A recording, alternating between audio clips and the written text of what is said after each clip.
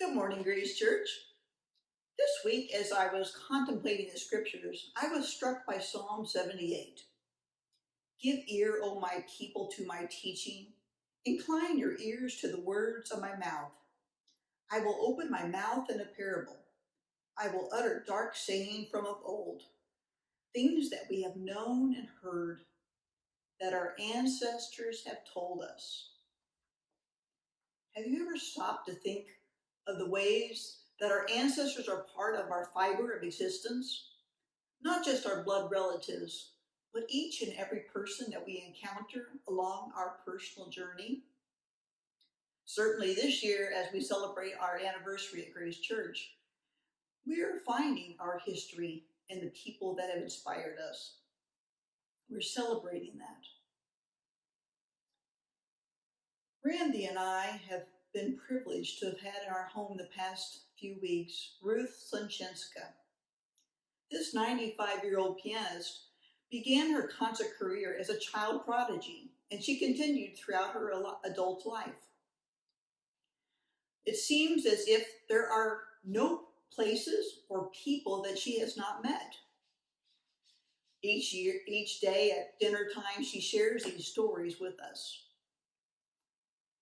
And for Randy and I, these are gifts from God, because they remind us that we are only a small part of a larger existence of humanity. And these stories show us that we're a small thread within that larger plan. Each person that we encounter has their own stories to tell, and I believe that we need to listen to the stories. We need to learn from them. Because people, their stories, and the inspiration that they give us are these gifts from God. And today, as we listen to the stories of Ruth, may we be inspired. And may we feel that we are a small part within a larger existence of God. This year, we're celebrating an important milestone in the history of Grace Church. This coming Wednesday, we will actually have the government of the state capitol will be celebrating in our church as part of that historical background. And it's interesting because Ruth has a very interesting history with our government as well. And I'm going to ask her a few questions about that. So Ruth, I feel very honored because I am playing a duet with someone who's played with some very important people in the past. Can you tell us about your experience of playing a duet with President Truman? Yes, I was supposed to play a concert in Constitution Hall on a Saturday afternoon and arrived at my hotel Mayflower the night before, Friday night, and hung up my dress and got my music out so that early Saturday morning I could go to Constitution Hall and practice, play my concert in the afternoon, and hopefully go home to New York that night.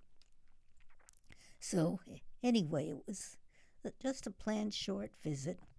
And when I got up to my room in the Mayflower, I got a telephone call, and it was very mysterious.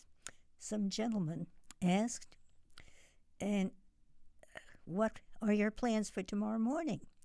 And I said, well, I expect to go to Constitution Hall and practice toward my concert.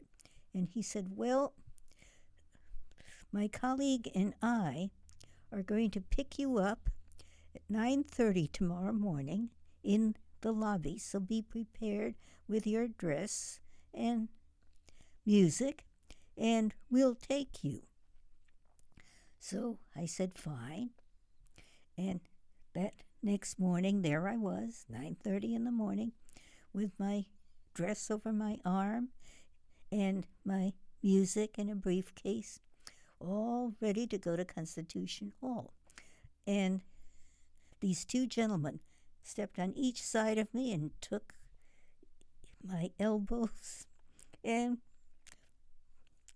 we went forward into this gorgeous black limousine that had an American flag the one of its fenders flying a small American flag. I remember that about it. And I said, this is quite something, but I thought that Constitution Hall was just a little ways from here.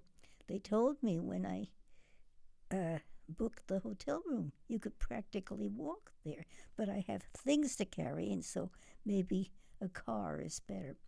And they said, well, we have to make a stop first before we go to Constitution Hall. I said, oh, where?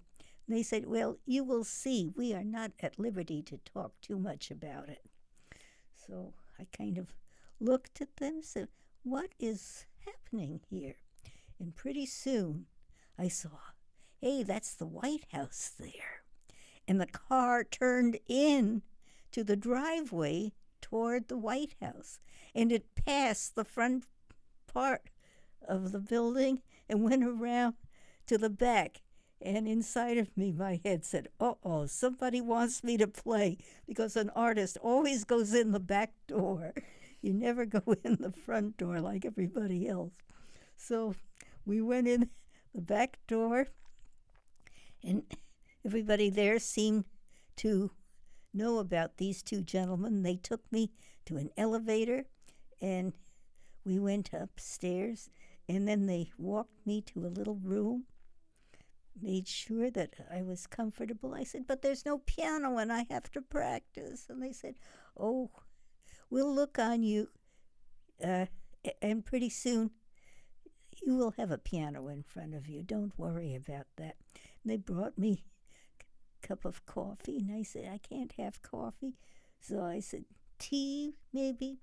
So they brought me a cup of tea, and they brought me a sweet roll. And 20 minutes later, they looked in on me. No, you have to stay here. We don't know how long, but what we hope will happen may or may not happen, so we can't talk about it. So I said, what's so mysterious? They said, oh, you will find out if it happens. So I waited and waited, and they looked in on me every 20 minutes, and I said, I need to practice. I need to practice. I have a concert this afternoon. And they said, oh, just have patience. Sit down. It may happen pretty soon. And then they came, took me each fight. Now, they said, we have to walk quickly because we can't waste any time. Every second counts.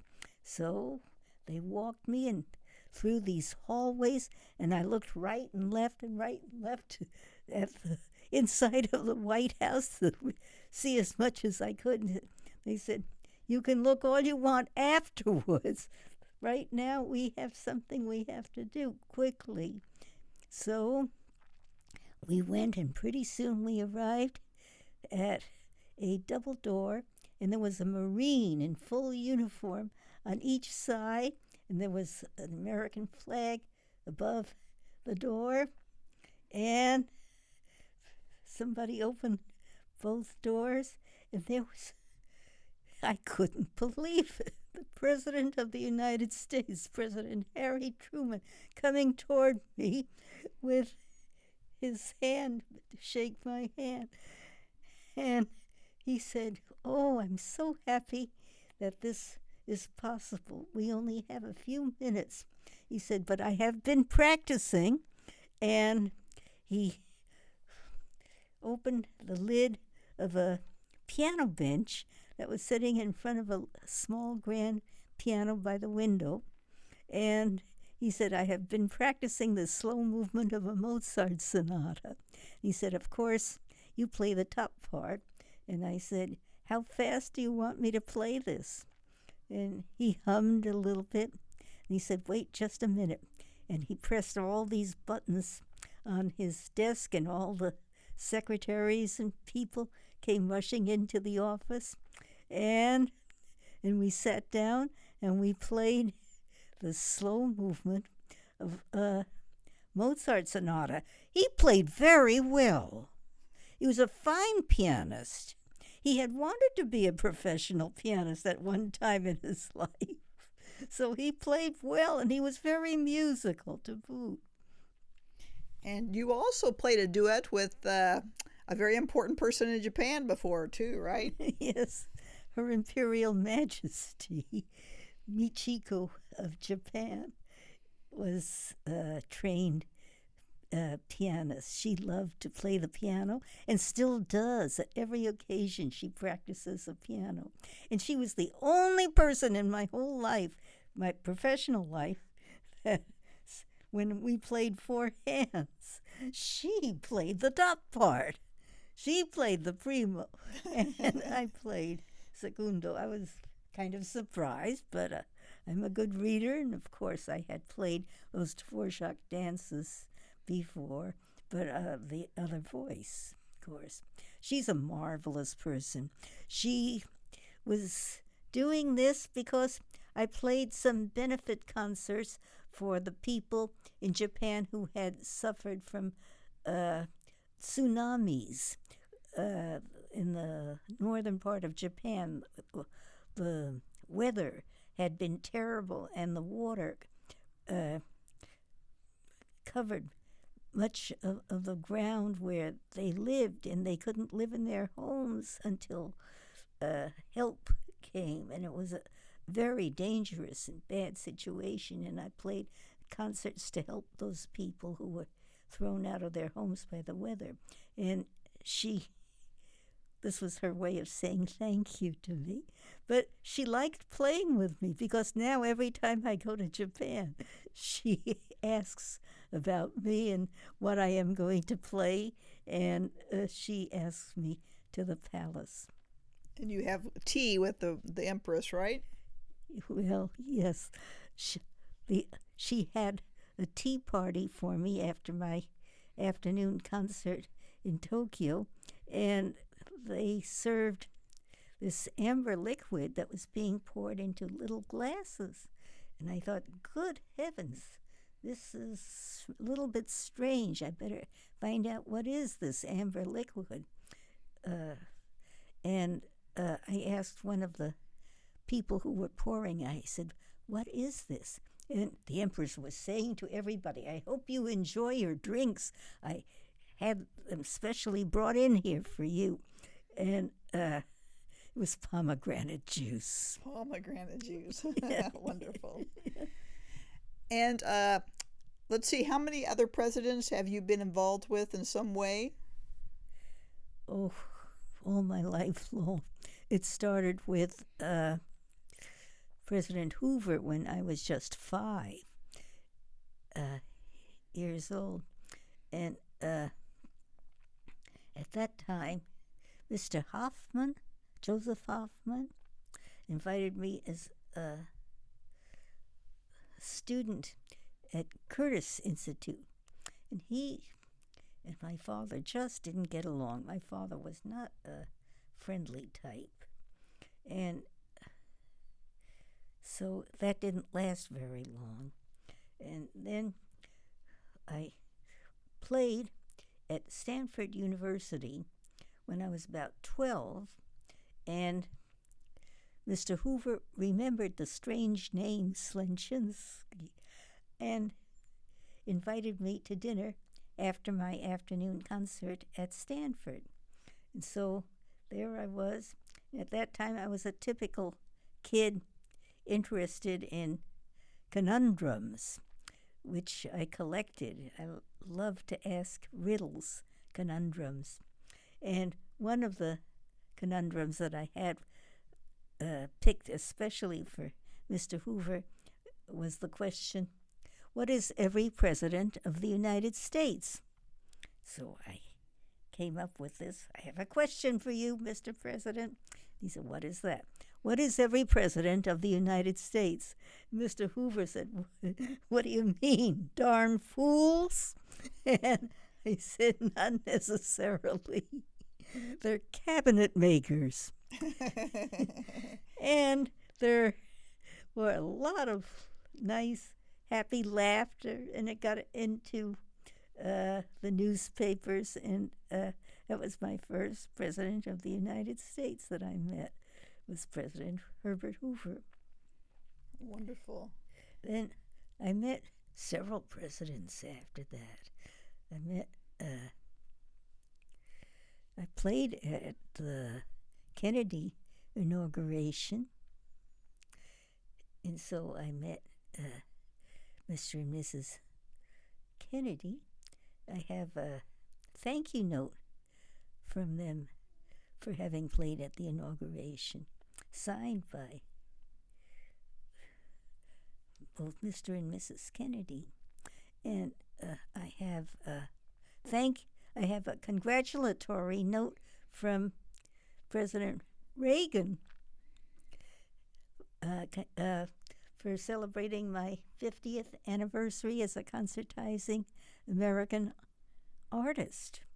Born in the States, trained in the States, and teaching in the States, and working in the States as a professional.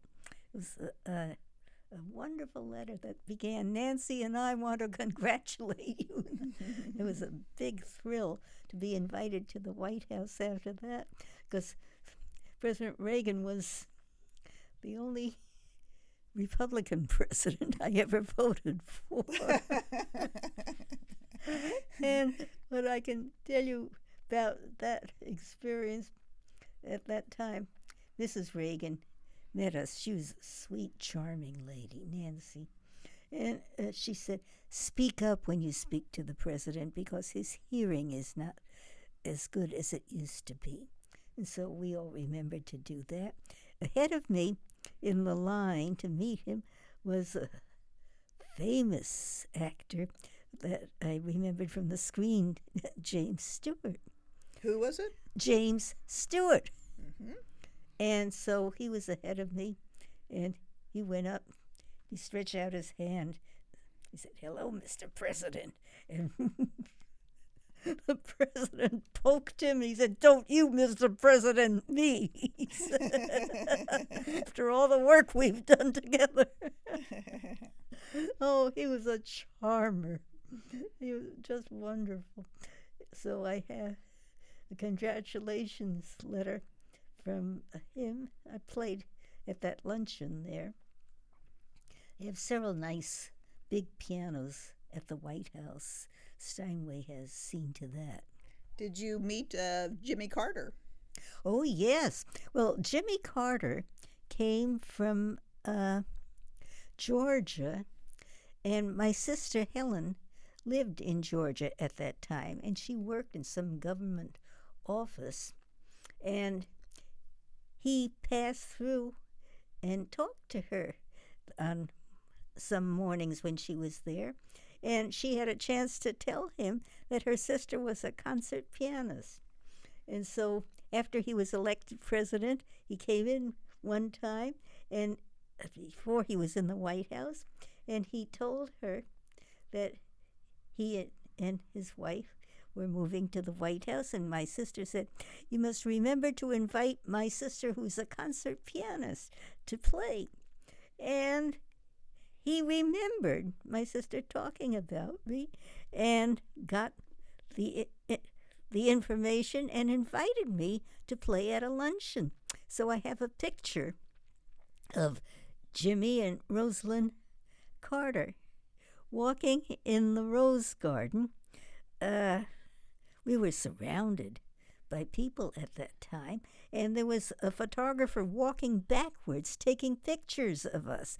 And at one point, he handed several of these pictures to the president, and president looked at them and handed me one of those pictures, and that's the picture that I have with the Carters.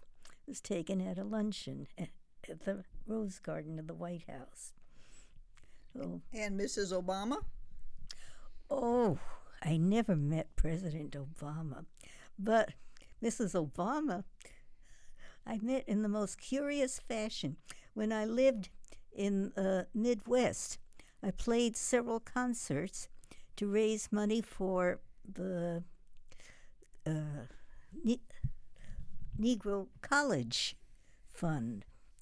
And there were several black churches in the Illinois area. And I played at this one and at that one, wherever my students recommended. This one would go to this church, so I'd play a concert there, and then I played at that church. And so evidently somebody from one of those churches thought it would be a good idea when I left the Midwest to go to New York to tell somebody who worked. And a doorbell rang, and there was this beautiful black lady there. And she said, "We got this letter from the Midwest that you played piano concerts to raise money for the Negro College Fund. And we have churches here. Would you be willing?" And I said, "Of course." So she said, "Well, we located one church that had a fairly good piano in it, and it was on 137th Street in New York." And so she took me there, and I tried the piano. I said, "This is okay. Just get it tuned up. I can play you a concert on this piano, sure." So I did, and she brought her 2 little girls at that time, and they were the sweetest things. She showed me a picture of her handsome husband, who was at that time a senator from Illinois. And so at Christmas time, she sent me this Christmas card, which I have now, a picture of the whole Obama family, including the president. At that time, he wasn't president. Yeah. Wonderful. So it's a pre-presidential card, Christmas card that I have from the Obamas. Yes. So you have a wonderful history of our American government as well as throughout the world. So that's exciting. So Ruth, we're playing a piece by Rachmaninoff, and I hear that you maybe studied with him. Oh, there's no maybe about it. I certainly did. And he told me many, many things that most pianists don't believe in today, but they are part of my background, and I do them religiously. And, well, he was sort of like my grandfather, a wonderful gentleman. And what we're going to play for you, Russian melody, should tell you something about the Russian church in Paris. Around the corner from the Salle Pleyel, which was the musical center of Paris at that time, as far as concerts were concerned. It no longer is, but at that time, nearly 100 years ago, it was. And you go around the corner from there, walk about 2 blocks, and you get to this church, which looks a little bit different because it has round architecture, more like a mosque than a church. And you go inside, and you can hear at certain times, you hear vespers, like in the afternoon, about 5 o'clock, and you hear choral music, most beautiful choral music you ever heard. Many, many voices, mostly men's voices. And it has a slightly sad, wonderful sound to it. You could sit there for hours and just listen to that sound. And I think that Rachmaninoff captured a little bit of that sound in his Russian melody that you are about to hear. Just a little bit. And it's a feeling more than anything else. Across the street from this wonderful Russian church was the best Russian delicatessen in Paris. They sold caviar, red, black, many different kinds of caviar from sturgeon. And they sold salamis and black bread and pumpernickel, kind of bread that you rarely find today. But it was sold in this Russian delicatessen there. And after my lesson, then Mr. Rachmaninoff's niece, at that time, her name was Madame Kanyus. Husband was a Russian composer. And she would come and she would set a table for her uncle, and it included all kinds of sweet goodies that she could find in this Russian delicatessen, and tea.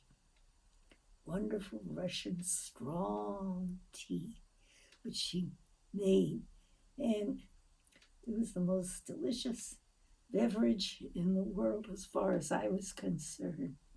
I think my mother was quite annoyed with me when I came home, and I said, "Oh, it isn't as good as the tea at Mr. Rachmaninoff's place. Oh, Mr. Rachmaninoff's niece this, Mr. Rachmaninoff's niece that." She would tell me, "Nothing I do is good enough for you." So I knew that I shouldn't talk about it too much, but as a child, this was the most extravagant, delicious thing in the world as far as I was concerned, and I became a drinking woman. I drink Russian tea. I love it because it reminds me of Mr. Rachmaninoff and our after lesson sessions. He would put a lump of sugar between his teeth and sip this strong Russian tea through it. And that, to me, was the most wonderful slurper in the world. Wonderful.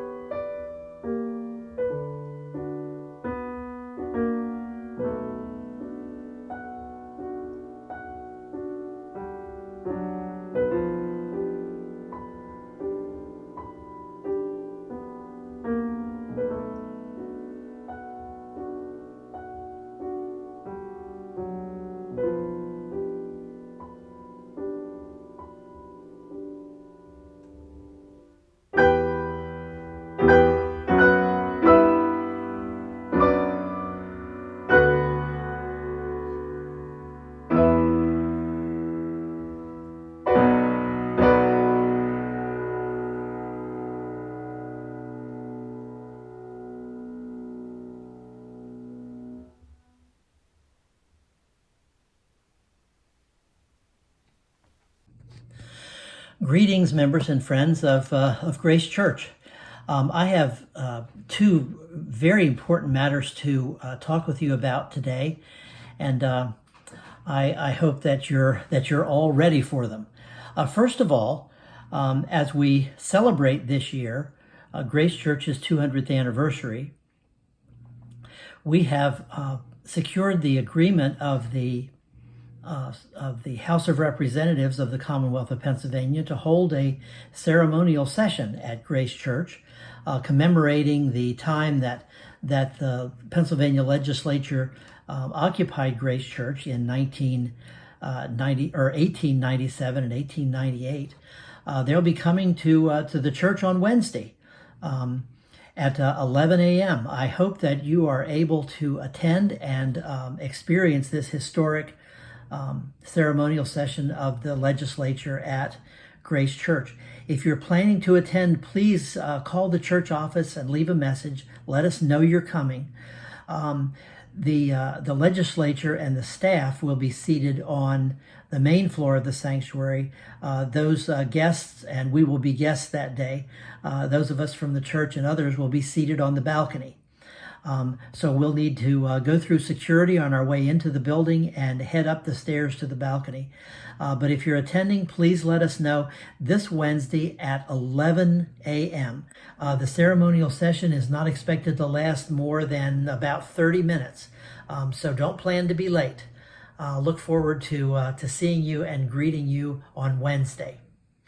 In addition to that, the church council met this week and made the decision that we should gather again for worship in the sanctuary of Grace Church, and we'll begin to do that again next Sunday, October the 4th. We'll gather at 11, our typical time. We will share Holy Communion together.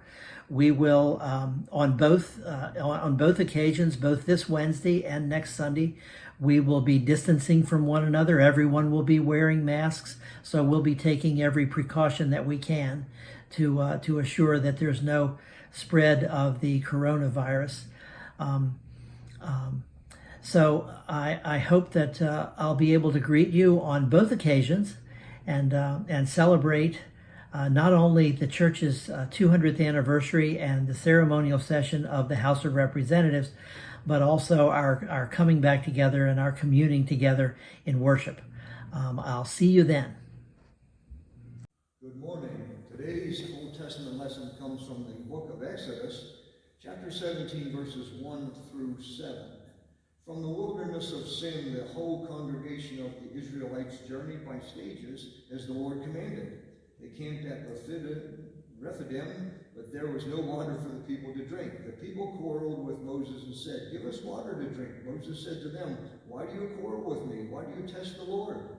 But the people thirsted there for water, and the people complained against Moses and said, "Why did you bring us out of Egypt to kill us and our children and livestock with thirst?" So Moses cried out to the Lord, "What shall I do with this people? They are almost ready to stone me." The Lord said to Moses, "Go on ahead of the people and take some of the elders of Israel with you. Take in your hand the staff with which you struck the Nile, and go. I will be standing there in front of you on the rock at Horeb. Strike the rock, and water will come out of it, so that the people may drink." Moses did so in the sight of the elders of Israel. He called the place Massah and Meribah, because the Israelites quarreled and tested the Lord, saying, "Is the Lord among us or not?" Our New Testament lesson comes from the book of Psalms, the 25th Psalm, verses 1 through 9. "To you, O Lord, I lift up my soul. O my God, in you I trust. Do not let me be put to shame. Do not let my enemies exult over me. Do not let those who wait for you be put to shame. Let them be ashamed who are wantonly treacherous. Make me to know your ways, O Lord. Teach me your paths. Lead me in your truth and teach me, for you are the God of my salvation. For you I wait all day long.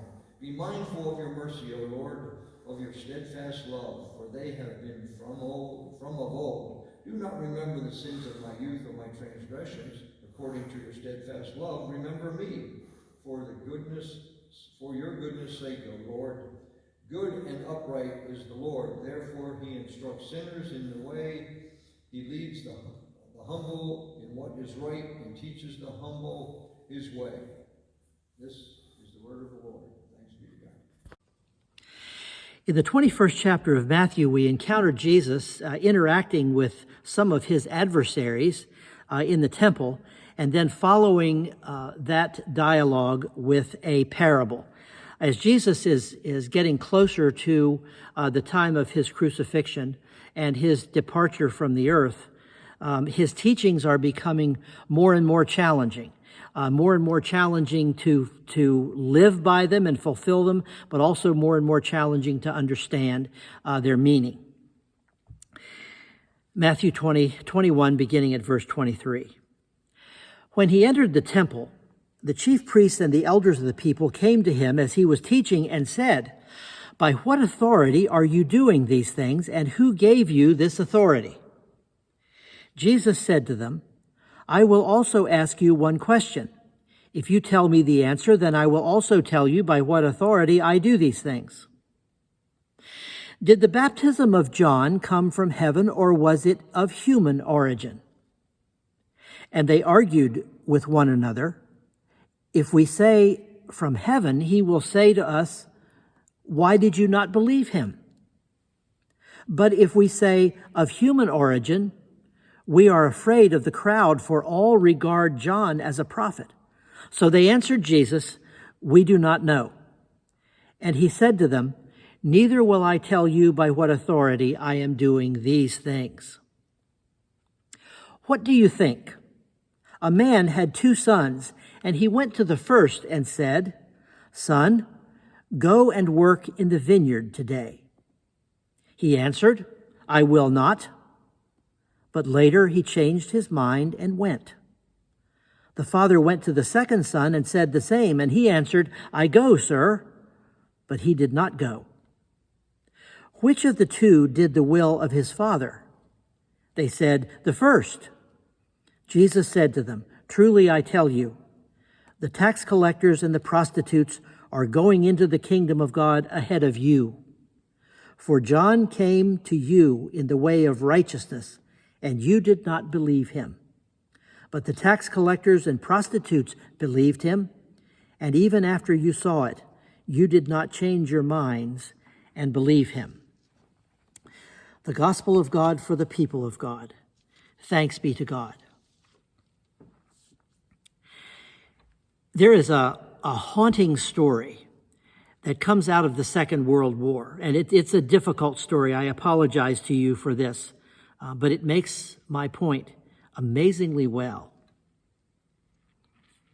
It's about a little Jewish boy who was living in a small Polish village when he and all the other people in his community, all the other Jews in the vicinity, were rounded up by the Nazi troops and sentenced to death.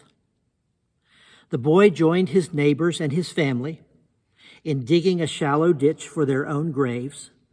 Then they were lined up against a wall, and they were machine gunned there. But none of the bullets hit the little boy. Miraculously, his naked body was splattered with the blood of his parents, and as he fell into the ditch, he pretended to be dead. The grave was so shallow that the thin covering of dirt did not prevent him from breathing. And so several hours later, when darkness fell, this 10-year-old boy crawled out of his grave. With blood and dirt caked on his little body, he made his way to the nearest home and begged for help. A woman answered the door and immediately recognized him as one of the Jewish boys marked for death by the Nazis. So she screamed at him to go away and slammed the door. Dirty and bloody and shivering, this little boy limped from one house to the next, begging for help, but he always got the same response. People were afraid to help him. Finally, in desperation, he knocked on a door. And just before the lady of the house could tell him to leave and slam the door, he cried out to her. He said, "Look at me. Look. Don't you recognize me? I am the Jesus that you say you love. The lady froze in her tracks for what seemed like an eternity to that little guy. Then, with tears streaming down her face, she gathered him up in her arms, took him inside, cleaned and dressed him, and gave him a home. Look at me. Look. Don't you recognize me? I'm the Jesus you say you love. Several years ago, in the congregation I was serving, I had occasion to speak to a number of parents and teenagers who had told me disturbing stories about the bullying that was taking place in their school in town. I asked one 12-year-old if he had ever heard the saying, "Sticks and stones can break my bones, but names can never hurt me." And before I could tell him that old saying was an outright lie, he told me that isn't always true. The name calling and the intimidation does hurt, and the trauma lasts for years, if not for a lifetime. Some of the kids in that church were the victims of bullying like that, and they were trying to cope with it, and their parents were trying to help them. Some of the kids in that church were the bullies, too. But mostly, the kids in my church, they just stood by and watched. And that, I told them, that is what has to stop. Each time someone is bullied, you should hear them say, "Look at me, look. Don't you recognize me? I'm the Jesus you say you love." And if your ears can be attuned to hear that, to hear those words echoing in your mind, you can stand up and say, "No more of this. We don't treat people this way in our school or in our neighborhood." And if you need help standing up to a bully, either for yourself or for someone else, there are lots of folks here who will help you. You see, that's what was happening to Jesus. There were bullies who were hounding him. They weren't school bullies or neighborhood bullies. They were the worst kind of bullies. They were religious bullies. They wanted to know what right he had to do the things that he did and to teach the things that he taught. They wanted him to stay away from their parts of town and get out of their school. And Jesus said to them, in effect, "Look at me. Look. Don't you recognize me? I am the God you say you love." But they did not gather him up in their arms and give him a home. They tortured him and killed him, this child of God, and tried to teach the world that it's okay to treat others that way. It's a risky thing, after all, to take this Jesus in your arms and give him a home. That Polish woman put herself in mortal danger by providing for that little Jewish child. How would she explain to her neighbors where he had come from and who he was? How would she explain his presence to the troops who patrolled her village?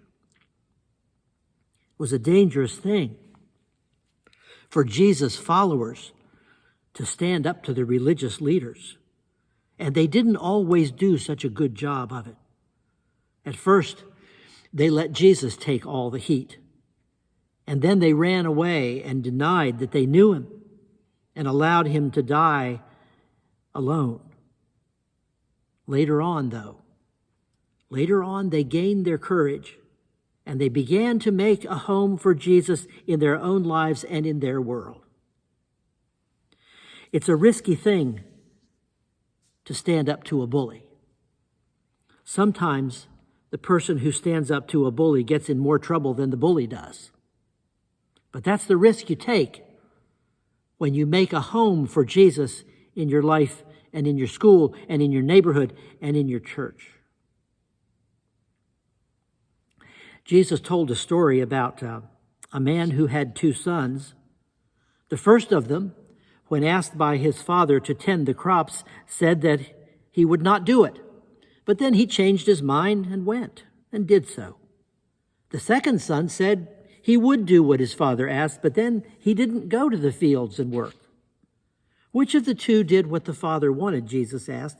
It was the first one, who resisted at first, but then he thought better of it and did the work asked of him. There were lots of folks who said yes to God, but then they didn't do anything about it. They are the ones who like to talk about God and claim to be good. They generally have a pretty high opinion of themselves. Sometimes they turn out to be bullies. But then there are those folks who have tough lives. Sometimes they haven't had a chance to be good. Sometimes they've had that chance and have made bad choices. Maybe they've been bullies. But they come to a time in their lives when they not only embrace Jesus, but they make a home for him in their lives. They're willing to give themselves to the things that Jesus calls them to do. They give their resources sacrificially to the work that Jesus is doing. They stand up to bullies. They get in between bullies and their victims. They take risks in order to follow Jesus faithfully. Those are the ones who, according to Jesus, who enter God's kingdom first. It's never easy, but it's worth the sacrifice. A friend of mine sent me an article to read this week, and I was glad to read it. It was an article by a professor who was talking about how we regard in our nation, how we regard immigrants, and how we treat them, and how we deal with those on the borders of our country who are struggling. And he talked about how those things have become more and more difficult in our time because the issues are politicized, and we must deal with them like we deal with a minefield, walking very carefully so we don't set off any of the mines. But at the same time, he acknowledged that the church has some obligation to care for those who are lonely, those who are dispossessed, those who are struggling, those who are strangers and foreigners, because the gospel commands us to offer them special care. At the same time he did that, this author did not recognize that how we, at least he didn't say that he recognized, that how we treat those who are foreigners and strangers and needy among us, how we do that is a moral issue. It's a moral issue long before it's a political issue.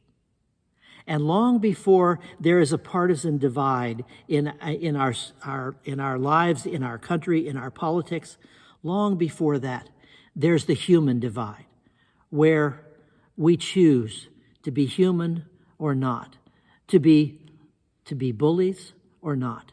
We choose to embrace Jesus and his ways or not. Well, I wrote my friend back and I told him that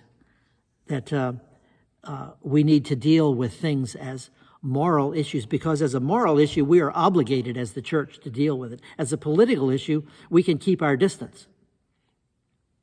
But there is a place among immigrants and foreigners and those who are dispossessed and struggling.